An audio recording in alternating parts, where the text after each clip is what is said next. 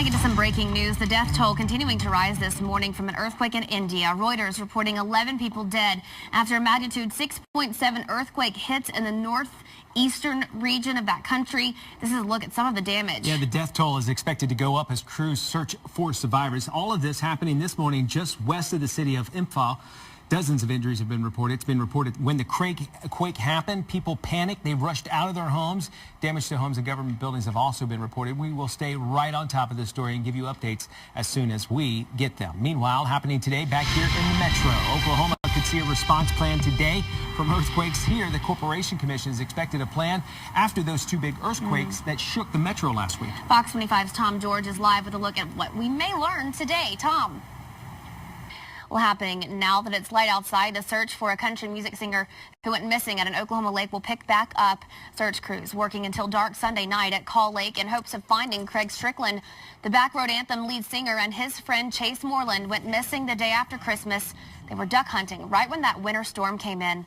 Last Monday, crews found Moreland's body along with Strickland's dog, who is alive and well. The pair's boat was also discovered capsized, but there haven't been any other developments in almost a week. Meanwhile, Strickland's wife, Helen, a former Miss Arkansas, has been pleading on Twitter for her husband to be found. Her daily updates offer a heart-wrenching look into the search for Strickland. This is a live look at her latest tweets. We will continue following this story and bring you updates as those come in. Later today, President Obama set to release new details about his plan for gun control. As Kim Hutcherson reports, he's preparing to jump Congress and issue an executive order on this very hot-button issue. Well, developing this morning in Oregon, a growing militia is occupying a wildlife refuge as the FBI tries to work towards a peaceful solution.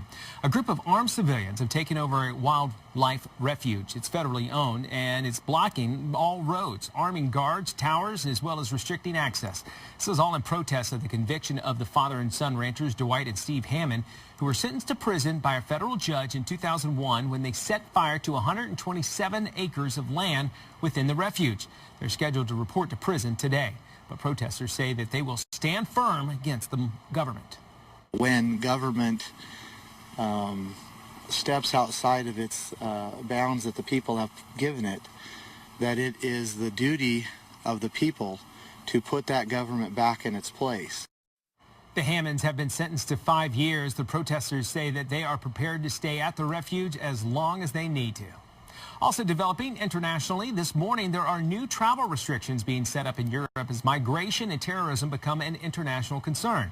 This morning, a bridge between Sweden and Denmark that's been open for the past 15 years is closing. You'll now have to show a passport to enter either side. This is meant to stop undocumented migrants from entering the countries. In 2015, they received more than 160,000 asylum seekers from Syria, Iraq, and Afghanistan. Experts say that these restrictions are raising the bar on the travel barriers and is an early example of how national boundaries are reemerging across the continent. The site of the San Bernardino shooting rampage that left 14 people dead and 21 injured is set to reopen today. Security will be tighter this morning as the Inland Regional Center's 600 employees return to work.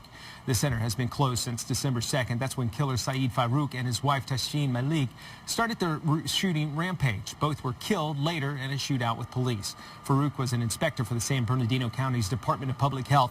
He worked with many of the victims who were at the center at a training session and a holiday party.